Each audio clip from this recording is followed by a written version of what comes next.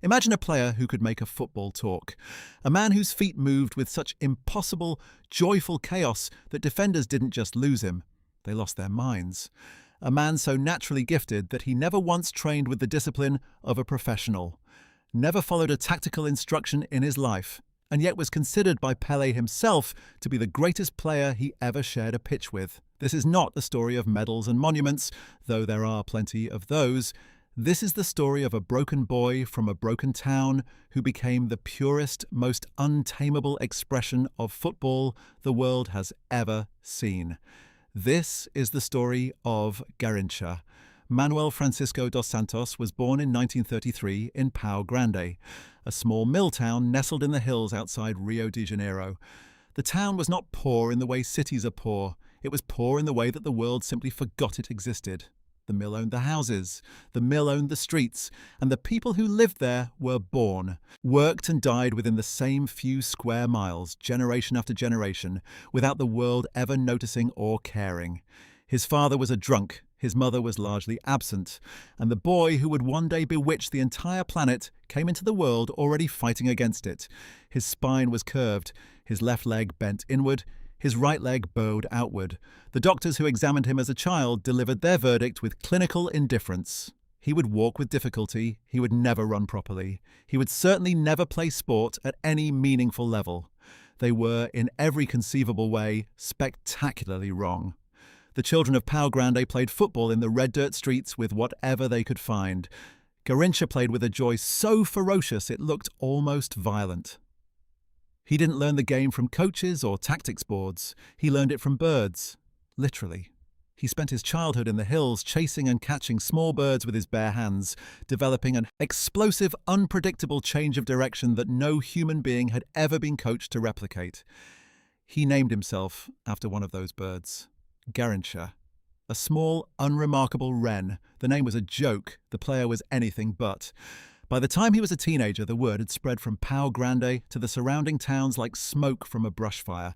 There was a boy in the hills who could not be tackled. Not because he was fast, though he was. Not because he was strong, though he was surprisingly so. But because he moved in a way that seemed to exist outside the laws of physics. His dribble was not a skill, it was a conversation, and the defender was never given the chance to speak. Picture the scene. A dusty local pitch in the early 1950s. A Botafogo scout named Arati has been sent to assess a young winger on the recommendation of a friend. He watches for 10 minutes, turns around and drives back to Rio de Janeiro. He tells his superiors he has found something that cannot be, explained only witnessed. Botafogo signed Garrincha in 1953. When he arrived for his first training session, the club's coaches were politely horrified. His posture was wrong, his gait was wrong, his attitude toward tactical instruction was, to put it generously, non-existent. He was told to mark a man in a practice drill. He looked at the coach with genuine confusion and said, "But what has he done to me?" He was not being difficult. He simply could not conceive of football as anything other than pure, uninhibited expression. And then they put him on the pitch against the first team. What followed became one of the most retold stories in Brazilian football history. Nilton Santos, the great left-back, one of the finest defenders in the world, was assigned to mark him. Within minutes, Nilton had been beaten so many times, so completely, so humiliatingly, that he stopped the session himself. He walked to the club directors and said, "Sign this man today. If you don't, I will never forgive you." Garrincha made his debut for Botafogo shortly after. The crowd did not see a nervous debutante. They saw a man who played as though the match was already his, as though the stadium had been built specifically for his entertainment. He was not a footballer in the conventional sense. He was a performance. He was theatre. He was the game made flesh. To understand what Garrincha did to defenders, you have to understand the mathematics of his dribble. He would approach a fullback at pace, drop his shoulder left, shift right, then somehow, impossibly, go left again. Defenders who had spent their entire careers reading bodies and anticipating movements simply short-circuited. There is a famous account from a match against Fiorentina during a Botafogo tour of Europe. An Italian defender, a composed and experienced professional, was beaten by Garrincha 4 times in the same move in the space of 60 seconds. After the 4th time, the defender sat down on the pitch, not injured, not fouled. He simply sat down. He had run out of answers. The crowd, including the Italian supporters, rose to applaud. Even the opposition could not help themselves. Beyond the dribbling and the goals, there is a story about Garrincha that reveals the full depth of his character. During a pre-season tour, a young reserve player at Botafogo was struggling badly. He had been dropped from the squad, was homesick, and was quietly considering giving up football altogether. Garrincha, who barely knew the boy, found out. He spent an entire afternoon playing one-on-one with him in an empty training ground, not coaching him, not lecturing him, just playing with him the way they had both played as children, for the pure joy of it. By the end of the session, the young player was laughing. He stayed at the club. He later said that afternoon with Garrincha reminded him why he had fallen in love with the game in the first place. That was the other side of Garrincha, the side the statistics never captured. He did not play football to be great. He played it because it was the only language in which he was completely fluent. In 1958, Brazil arrived at the World Cup in Sweden, carrying the weight of a nation that had never won the tournament. The squad was extraordinary, bristling with talent, but the selectors, in their infinite caution, left Garrincha out of the first two matches. Brazil drew one and won one, but the football was joyless, mechanical, unconvincing. The players themselves revolted. Didi, Nilton Santos and others went to the coaching staff and delivered an ultimatum that has since passed into legend. Either Garrincha plays or Brazil does not play like Brazil. He was selected for the third match against the Soviet Union. Within 90 seconds of kickoff, he had beaten his man, reached the byline and pulled the ball back for a goal. Within 3 minutes, he had done it again.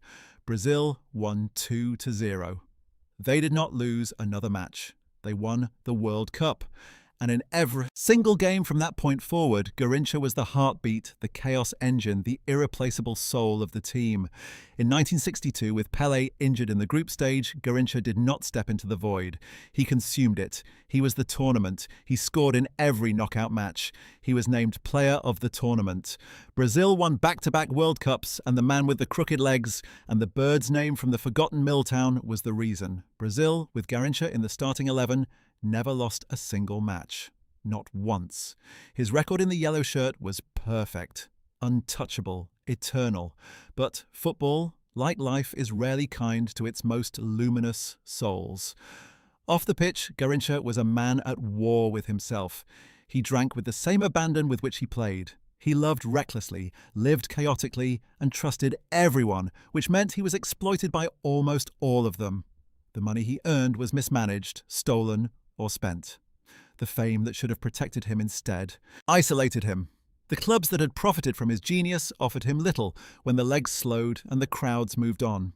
He returned to Pau Grande in his later years, to the same red dirt streets, the same hills, the same birds. The world had moved on. He had not. He died in 1983 at the age of 49. The official cause was cirrhosis of the liver. The real cause, those who loved him would was that the world was simply not built to sustain a man like him. The outpouring of grief in Brazil was total and immediate. Hundreds of thousands lined the streets of Rio de Janeiro. Flags flew at half-mast. Pelé, who had stood beside him in 2 World Cup triumphs, said simply, "There will never be another." And he was right.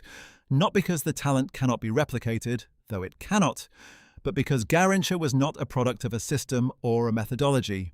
He was a product of red dirt and birdsong and a childhood spent entirely outside the reach of anyone who might have tried to make him ordinary. There is a statue of him today near the Maracana. He is depicted mid-dribble, one leg bent, body tilted, the ball seemingly alive at his feet. Every Brazilian who passes it knows exactly what it means. It is not a monument to what he won. It is a monument to how he made people feel. There is one last story.